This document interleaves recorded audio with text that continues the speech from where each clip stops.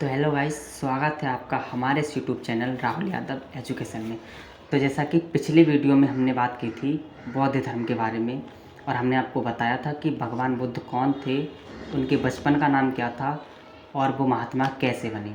तो आज भी हम उन्हीं के जीवन से रिलेटेड थोड़ी और चर्चा करने वाले हैं कि उनके महात्मा बनने में किन कारणों का विशेष योगदान रहा, किस वजह से वो महात्मा बने, किन बातों का उन पे अधिक प्रभाव पड़ा जिससे वो अपने राजकुमार जीवन को छोड़ के महात्मा बने। तो चलिए आज के इस वीडियो को शुरू करते हैं।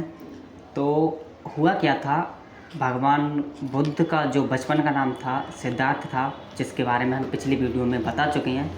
अगर आपने वो वीडियो नहीं देखा है तो जाके देख लें, डिस्क्रिप्शन में उसका लिंक है, तो वीडियो ज़रूर देखें, तभी आपको इस वीडियो के बारे में अच्छे से समझ आएगा।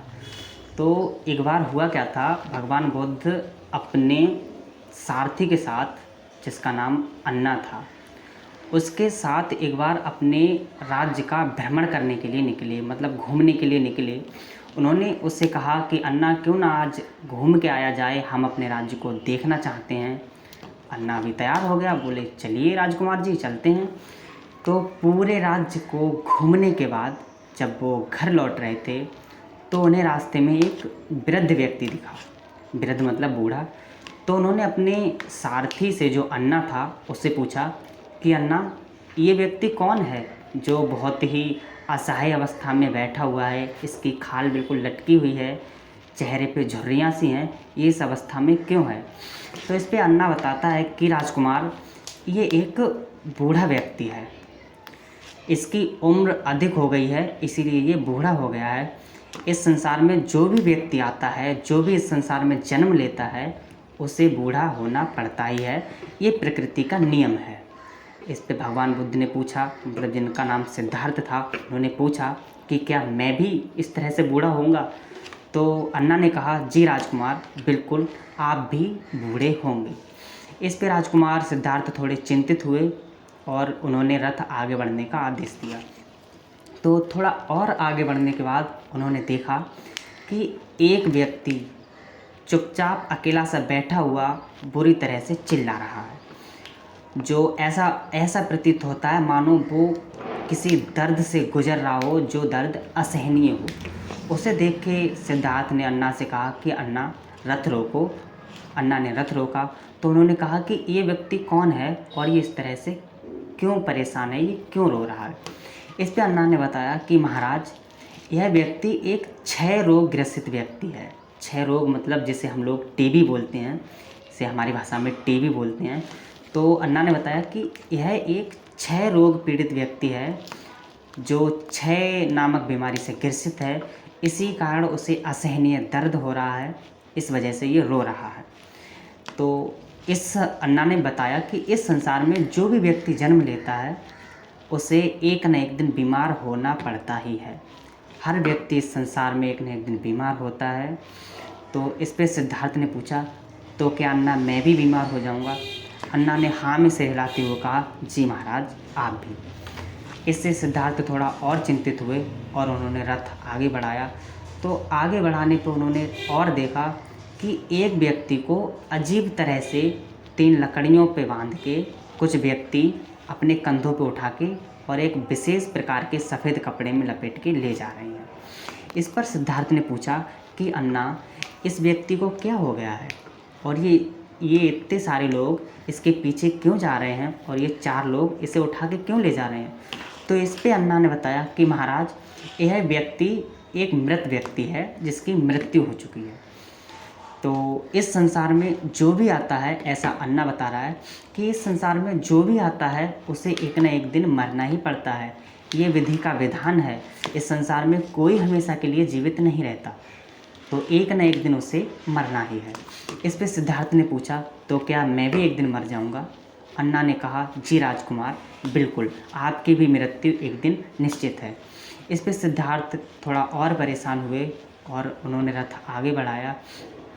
तो आगे बढ़ने पे उन्होंने देखा कि एक पीपल के वृक्ष के नीचे एक व्यक्ति बिल्कुल शांत अवस्था में बैठा हुआ है। ऐसा प्रतीत होता है जैसे कि उसे किसी भी चीज़ की परवाह ही नहीं है। वह बिल्कुल निश्चिंत अवस्था में आंखें बंद किए हुए प्रभु के ध्यान में बैठा हुआ है। इस पर सिद्धार्थ ने पूछा कि अन्ना, यह व्यक्ति उन तीनों व्यक्तियों से बहुत भिन्न है। इसे ना किसी चीज़ की परवाह है, इसे ना गर्मी की चिंता है, ना सर्दी की। ये बिल्कुल निश्चिंत बैठा है। कौन है ये? तो इस पे अन्ना ने बताया कि राजकुमार, यह एक साधु है। इसने अपने जीवन के सारे सुखों को छोड़कर, अपना घर परिवार छोड़कर, इसने भगवान की खोज में विलीन होकर ये तपस्या में विलीन है। इसे दुनिया की किसी भी चीज़ से कोई मतलब नहीं है और ये सत्य की खोज के लिए अपने घर से निकल पड़ा है। तो इस पर सिद्धार्थ ने कहा कि तो क्या ये भी मतलब ये भी बीमार होगा? तो इस पे अन्ना ने कहा कि राजकुमार, बीमार होने को तो हर इंसान बीमार होता है, लेकिन इस अवस्था में रहने वाले जो लोग होते हैं, जिन्हें भगवान का ध्यान होता है, जो भगवान को मानते हैं, वो इस दुनिया से बिल्कुल ही अलग होते हैं। इन सब बातों को देखकर राजकुमार सिद्धार्थ घर पहुँचे। अब घर पहुँचने के बाद उनके मन में बस वही 4 बातें चल रही थीं। वो व्यक्ति जो बीमार था, वो व्यक्ति जो बूढ़ा था, और वो मृत व्यक्ति और वो साधु की बातें उन्हें परेशान कर रही थीं।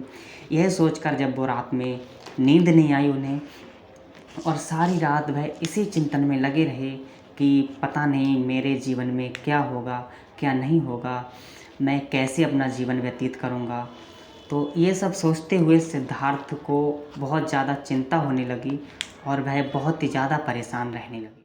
तो इन सब घटनाओं के बाद एक दिन रात के अंधेरे में सिद्धार्थ ने घर छोड़ने की ठान ली और वो अपनी पत्नी यशोधरा और पुत्र राहुल को निद्रा अवस्था में छोड़ के अपना सर्वस्व त्याग के सारे राजसी कपड़े और जितने भी गहने जेवरात थे उन्हें उतार के उन्होंने रख दिया और एक भिक्षु वेश धारण करके, एक महात्मा वेश धारण करके घर से निकल पड़े।